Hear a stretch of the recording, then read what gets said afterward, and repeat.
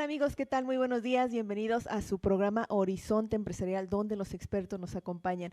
El día de hoy nuevamente me siento muy halagada porque está con nosotros Gabriel Calvillo Díaz, que es especialista en toda esta práctica ambientalista y sobre todo en la parte penal. Bienvenido, Gabriel, ¿cómo estás? ¿Qué tal? Buenos días, Patricia. Gracias por la invitación. Muchas gracias. Oye, pues fíjate que el tiempo apremia, ya todo el mundo queremos saber acerca de qué es esta cuestión de riesgo penal ambiental, cómo lo enlazamos con los objetivos de desarrollo sostenible. Y pues la primera pregunta que te voy a hacer en calientito es, ¿con qué objetivo de desarrollo sostenible se relaciona?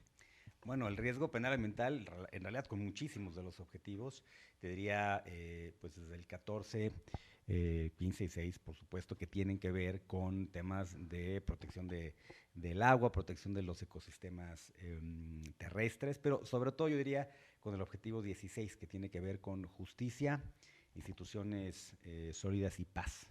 Ese es el objetivo, yo te diría que el tema, porque es un tema fundamentalmente del sistema de justicia. Ok, muchas gracias. Oye, y para que podamos empezar a tratar ese tema del riesgo, porque sé que está certificado en varias materias, pero quisiéramos saber cuáles son los delitos ambientales y en dónde los encontramos para mayor referencia. Bueno, los delitos son esas conductas que están contenidas fundamentalmente en los códigos penales, en el Código Penal Federal, también en los códigos penales estatales, y son aquellas conductas que el legislador le ha atribuido el calificativo de delito porque implica, digamos, estos actos ilegales, pero no cualquier acto ilegal, sino aquellos que son más reprochables. Entonces están en la legislación penal federal y estatal. Oye, y un ejemplo, o sea, que pudiéramos decir, no sé, alguien que infiltre sustancias al subsuelo, alguien que no esté teniendo medidas para prevenir la contaminación atmosférica, como un ejemplo que nos pudieras decir acerca de un delito. Bueno, desafortunadamente tenemos muchísimos ejemplos en el mundo y particularmente en México, pero los delitos oscilan entre temas que tienen que ver con actividades tecnológicas e industriales, así dice el Código Penal, que tienen que ver con todos los casos de contaminación. Contaminación al agua, contaminación al suelo, contaminación al subsuelo, a la atmósfera, cuando estas fuentes contaminantes actúan de forma ilegal, o sea, irregular. No tienen mecanismos de prevención, no tienen conocimiento del riesgo. Pero también hay delitos medioambientales que tienen que ver con la biodiversidad, cuando hay un aprovechamiento ilegal, por ejemplo, de los recursos forestales, cuando hay obras o actividades que se realizan sin autorizaciones en materia de impacto ambiental y que generan pues, efectos adversos. Y hay otros más, hay delitos en materia de bioseguridad, cuando se liberan organismos genéticamente modificados, por ejemplo, sin contar con las autorizaciones o en violación de la ley de biodiversidad, ¿no? Son algunos ejemplos. Ok, y entonces de esto tenemos toda una legislación que respalda tanto los delitos como también la prohibición de realizar esas prácticas. Sí, fíjate que algo que caracteriza estos delitos es que no solamente los encuentras en el Código Penal, sino que están directamente referenciados a toda la legislación ambiental federal y estatal y también inclusive municipal.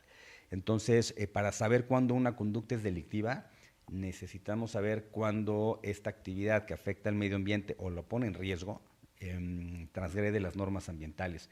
Entonces, cuando se trata de una descarga, por ejemplo, de aguas residuales proveniente de una planta industrial, a un río, la conducta se volverá delictiva cuando esa descarga, por ejemplo, viola las disposiciones de la Ley de Aguas Nacionales. Entonces, toda la legislación, como la Ley de Aguas Nacionales y todas las demás leyes ambientales, están o sea, íntimamente relacionadas con los actos delictivos.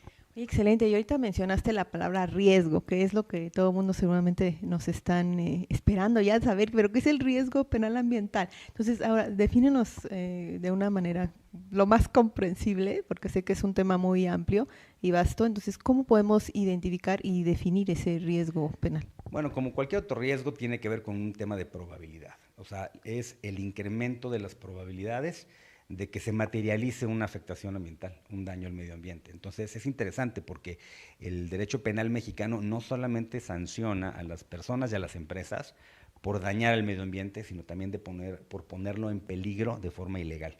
Y un ejemplo de esto es cuando yo manejo sustancias peligrosas, por ejemplo, porque son tóxicas para el medio ambiente, y no lo hago con las condiciones de cuidado que necesito. Entonces, a lo mejor todavía no se derrama una sustancia que genera alguna afectación, por ejemplo, en cuerpo de agua, pero el incremento de probabilidades de que esto suceda y ese incremento se hace por causas violatorias de la ley Eso lo denominamos un riesgo penal ambiental. Oye, ¿existen algunas metodologías? Porque, bueno, ahorita, si bien en la ley existen principios como el precautorio, ahorita de que hablas de que si nosotros tenemos conocimiento de que una situación puede suceder, pues pensando en esa prevención y desarrollar esa cultura, ¿existe algún tipo de metodología, alguna norma internacional, algún estándar o algo que nos ayude a determinar ese riesgo? Muchísimos, hay muchísimos estándares y normas de referencia, pero yo iniciaría con el propio Código Nacional de Procedimientos Penales, que establece que todas las empresas están obligadas o tienen el deber de implementar medidas de prevención del delito dentro de su organización. Ahora, ¿cómo se hace esto? Hay muchísimos estándares, pero por hablar de uno, por ejemplo, pensemos en la norma UNE 19.601 para sistemas de gestión de compliance penal. Entonces, esta es una norma, un estándar que te dice cómo estructurar a tu empresa, cómo organizar a tu empresa para prevenir precisamente actos delictivos, entre ellos los actos delictivos ambientales.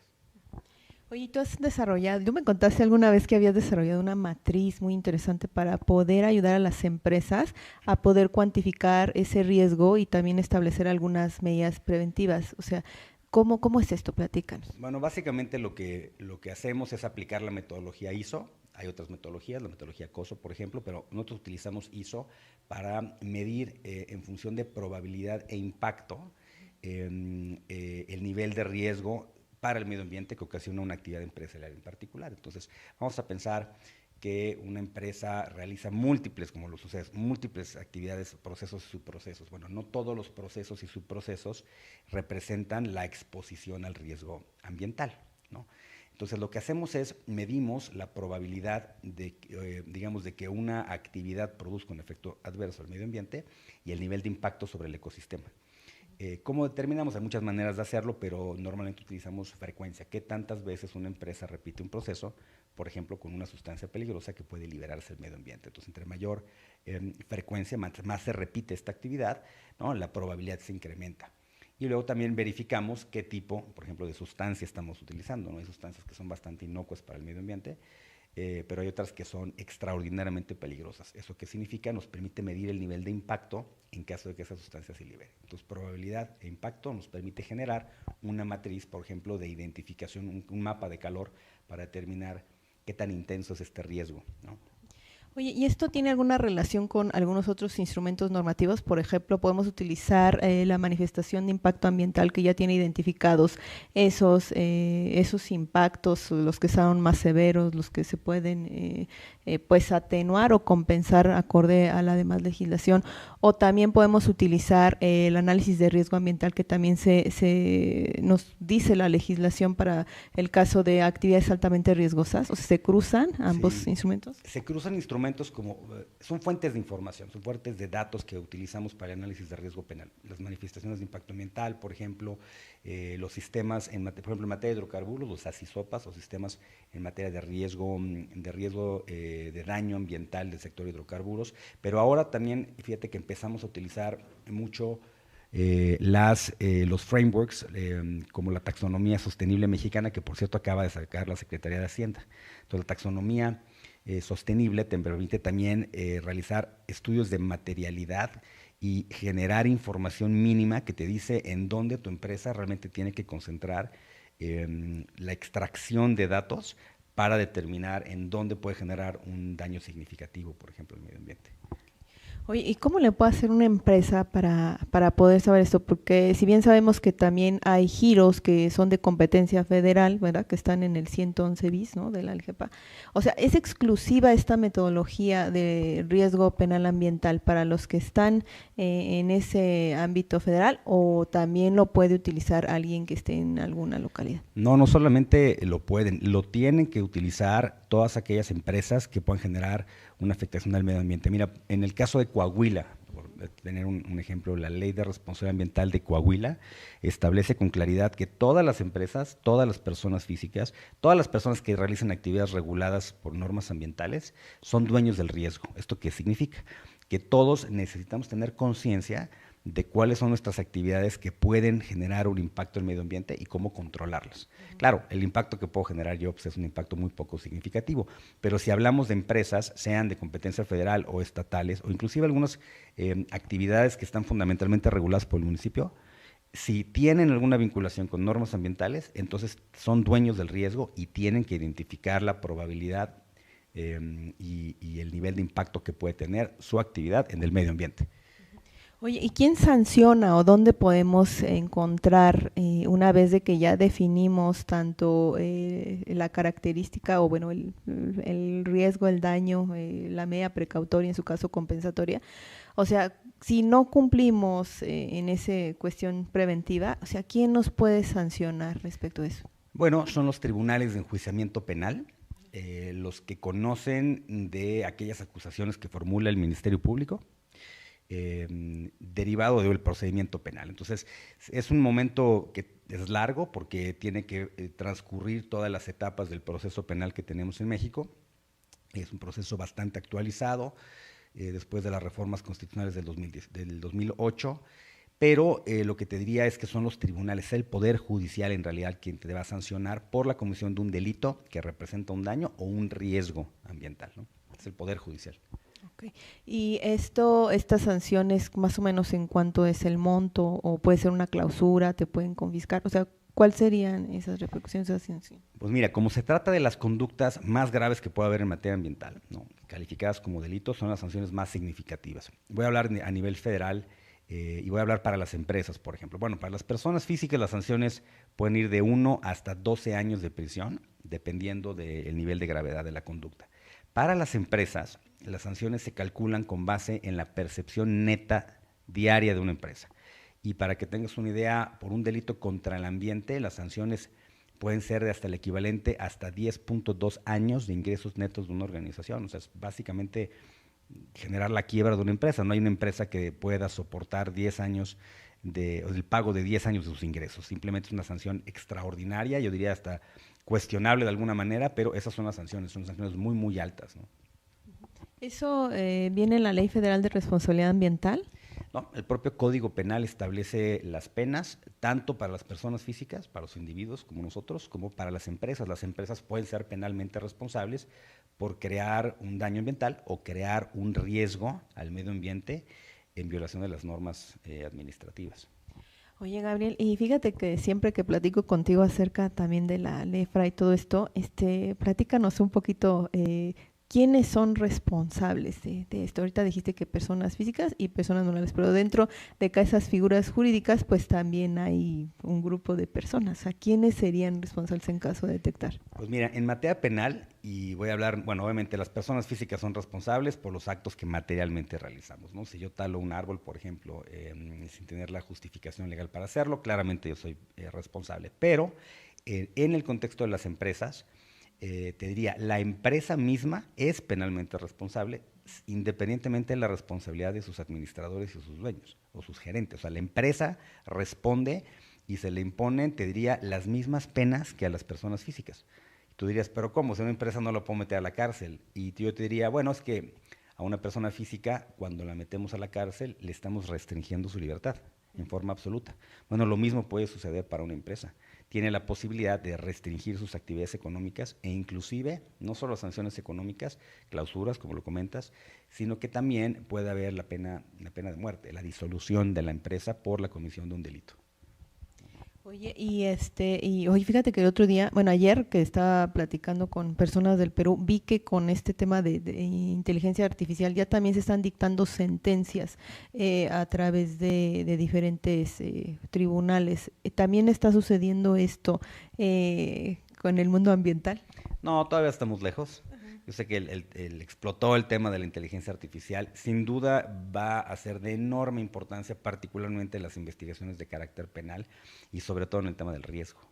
Porque los procesos que en este año, ¿no? O sea, en el 2023, están generando riesgos significativos para el medio ambiente, sobre todo en el ámbito empresarial, son riesgos sumamente complejos de medir. Entonces, la inteligencia artificial nos va a ayudar muchísimo, por ejemplo, para hacer los dictámenes periciales, para determinar el nivel de incremento, por ejemplo, estadísticamente hablando, el nivel de incremento de la probabilidad de que se materializara un daño al medio ambiente. Entonces, sin duda alguna sí se ve en el corto plazo a la inteligencia artificial en los procesos penales ambientales, sin duda alguna. Sí, sobre todo yo creo que para, además como comentas, sistematizar también los procesos, acortar también a lo mejor el análisis de la información, pero o sea, ¿qué sucedería si alguien, tanto una persona especialista al momento de determinar ese riesgo, o sea, no coincide o empata en criterios con algunos otros? O sea, ¿hay también alguna forma de mediar esto o cómo se llega a un consenso de lo que tú estás determinando en esa matriz o esa metodología es la más óptima para cierto caso? O sea, porque me imagino que cuando son delitos que atentan contra la biodiversidad, pues ha de haber un criterio específico. Si son delitos para el caso del agua, o ha de haber, pues como que una tablita, me imagino, no sé, explícanos más. Pues no hay una tabla, pero sí existe la prueba pericial. Y en este tipo de responsabilidades penales ambientales, la prueba pericial es fundamental. Primero, para determinar y calcular el daño al medio ambiente o el incremento de probabilidades, o sea, el riesgo al medio ambiente que fue o que es resultado de una actividad empresarial, pero no solamente para eso, sino para determinar cómo si está o no estructurada correctamente una empresa para prevenir el daño al medio ambiente. Entonces, tenemos que probar el daño y luego tenemos que probar que el daño es resultado de que la empresa no tuvo los controles necesarios. Pensemos en la industria de hidrocarburos. Imagínate el riesgo ambiental que representa el transporte por ductos de estas sustancias, ¿no? Pues es una actividad inherentemente peligrosa, altamente peligrosa, ¿no? Entonces, lo que necesitamos pericialmente determinar es no solo si se produce un daño o si hay un riesgo, sino si ese riesgo es producto de que la empresa no tiene los controles necesarios, o como dice el Código Nacional, el debido control organizacional. Ok, gracias. ¿Y existe algún mecanismo para prevenir todos esos riesgos? Por supuesto, se llaman programas de prevención del delito, en materia penal, programas de prevención del delito, en materia administrativa ambiental, son los programas de prevención de accidentes. Parte de la evaluación del impacto ambiental tiene que ver con esto, con identificar, ¿no?, en dónde están los impactos que voy a generar en el futuro, y cuando ya estoy inclusive trabajando, inclusive las taxonomías ASG o ESG nos ayudan muchísimo para esto porque nos permiten recabar información sobre esta incidencia de una empresa o de un proyecto en el medio ambiente, ¿no? Entonces, sí, hay estándares para hacerlo. México todavía no ha incorporado una norma específica, una norma oficial mexicana sobre cómo diseñar programas de prevención del delito, pero tenemos, por ejemplo, la norma NMX 19600 sobre estándares, un estándar de estructura de compliance en general. Y con esta norma y con el uso de otras muchas normas que provienen de estándares internacionales, por ejemplo esta que comentaba, la UNE 19601, podemos ir estructurando programas que permiten organizar a una empresa hacia la prevención de múltiples delitos, entre ellos los delitos medioambientales, ¿no? Sí, de hecho, bueno, pues todos los ISOs, pues sabemos que tienen ese enfoque basado en el riesgo. Entonces, yo creo que también adicionalmente la ISO 14001 en toda su serie, pues también nos puede ayudar a complementar esto. ¿Cómo ves? Sin duda. Es que en realidad los modelos de organización empresarial para la prevención de muchas cosas tienen ya tiempo funcionando. Algunos han generado estándares como los de los ISOs, pero luego también ha habido estándares muy especializados.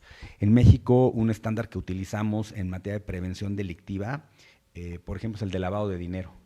Y tú me dirás, oye, Gabriel, ¿pero qué tiene que ver el estándar de prevención, las disposiciones generales que sacó la Secretaría de Hacienda para prevenir lavado de dinero con el medio ambiente? Bueno, es que se habla de una estructura, de una forma de estructura, la designación de un oficial de cumplimiento, el tener una política muy clara, el tener un manual de operación para la prevención. Claro que en lugar de prevenir daños al sistema financiero o introducción de dinero, de lavado de dinero, pues lo vamos a dirigir a la prevención de los efectos adversos sobre el entorno. Sí, claro. Oye, ¿y qué recomendaciones les puede dar a un empresario que adopte esta cultura de la prevención en materia de riesgos y los que ya están en operación? O sea, ¿cómo también pueden identificar estas cuestiones? Bueno, mira, el primer tema es hablar del principio precautorio y de la prevención es fundamental. O sea, ya en el 2023 no puede haber empresas que no tengan conciencia sobre los efectos que tienen sobre el medio ambiente. Eso es fundamental. Entonces, primero, ¿para qué? Para tener las autorizaciones que necesitan. Primero, cumplir con la parte regulatoria y eso implica autorizaciones como la autorización de impacto ambiental, que implica identificar los impactos antes de producirlos. Eso es fundamental. Entonces, cumplir con la parte regulatoria. Segundo, inclusive para obtener o acceder a ciertos financiamientos, la empresa cada vez más va a tener que cumplir con la taxonomía sostenible mexicana. Nuevamente, reflexionar sobre cómo la empresa impacta el medio ambiente, generar información y reflexionar sobre criterios como el daño no significativo.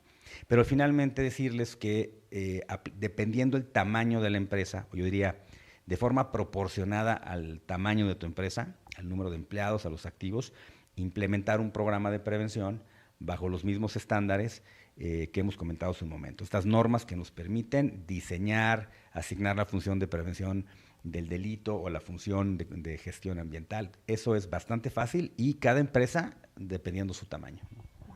Oye, y hablando de estos otros mecanismos que ahorita comentabas de impacto ambiental, ¿cómo podemos hacer o cómo nos podemos acercar para conocer más acerca del marco legal? Porque cuando se hace un estudio, regularmente los técnicos, pues vamos a copiar todas las normas y ya las pegamos ahí. Pero ¿cómo podemos hacer un análisis de esto para estar en esa prevención? Bueno, lo primero es que tienes que hacer un análisis caso por caso. Aquí no hay temas en donde yo pueda copiar lo que se hizo de una empresa o un proyecto para otro. De hecho, es importante decir aquí que hay un delito específicamente diseñado para sancionar penalmente al evaluador del impacto ambiental que hace esas prácticas que no son ni profesionales ni éticas. Se llaman delitos contra la gestión ambiental y se trata de una simulación. Entonces, hay que tener mucho cuidado porque estas evaluaciones del impacto ambiental son estudios a la medida del proyecto, a la medida de las empresas y falsear información en la vía de copiar de otra empresa, de copiar otro estudio, cuando en realidad no es algo que se creó para esta empresa, representa un riesgo penal para el evaluador del impacto ambiental y también para la empresa que consiente o autoriza que se lleve a cabo una evaluación del impacto ambiental de forma simulada, ¿no? Entonces la recomendación es caso por caso y tiene que tener componentes de estudio de campo a fuerzas. Oye, entonces esto que nos acabas de comentar también sería un riesgo penal ambiental para el evaluador. Totalmente, hay un delito ambiental, se llama delito contra la gestión ambiental, está en el artículo 424 del Código Penal, específicamente la fracción cuarta de ese artículo, se refiere a los delitos cometidos por los evaluadores del impacto ambiental. ¿Dónde te podemos encontrar, Gabriel? Porque ya de verdad que todo el mundo vamos a querer, ¿no? Mejor enséñanos porque ya nos preocupamos. No, no es para preocuparse, pero sí es para ocuparse. Claro. Y sobre todo, lo más importante es para tener un ejercicio profesional ético. Eso es sumamente importante en este país, ¿no? Las empresas tienen que actuar éticamente frente al ambiente y sus asesores jurídicos o técnicos tienen que actuar éticamente. Entonces, la verdad es que yo creo que es fácil hacerlo, solamente necesitamos tener la convicción, ¿no? de que hay que identificar, digamos, nuestra posición frente al medio ambiente.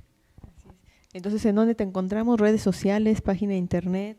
Sí, por supuesto, pues en las redes sociales ahí estoy con mi nombre y apellido, está muy fácil encontrarme y con muchísimo gusto para resolver más preguntas. Perfecto, pues muchísimas gracias, Gabriel, siempre un gusto platicar contigo. Gracias. Y te vamos a volver a invitar porque queremos saber más temas de compliance, de esta práctica ambiental y sobre todo te agradecemos muchísimo tu generosidad en compartir con nosotros estos temas. No, encantado, muchas gracias por la invitación y aquí estaremos cuantas veces nos inviten, con todo gusto. Muchas gracias, pues la casa es tuya, cuando gustes. Bueno, pues muchas gracias amigos por vernos, compartan el programa, saludamos a quienes nos dejaron un comentario, aquí tenemos Gurtex Soluciones, muchas gracias por los saludos, también José Alberto, y pues a todos, pues dejen sus dudas, sus comentarios acerca de este programa, Gabriel estará pendiente de los comentarios que dejen en el chat para que si alguien necesita alguna asesoría o alguna otra cuestión, pues ya saben dónde encontrarlo. Muchas gracias y pues la siguiente semana no tenemos programa porque es Viernes Santo, pero nos vemos dentro de 15 días y pues pueden consultar dentro también la página Horizonte Empresarial los demás programas para seguir una secuencia de lo que estamos tratando. Muchas gracias, cuídense y que tengan unas lindas vacaciones.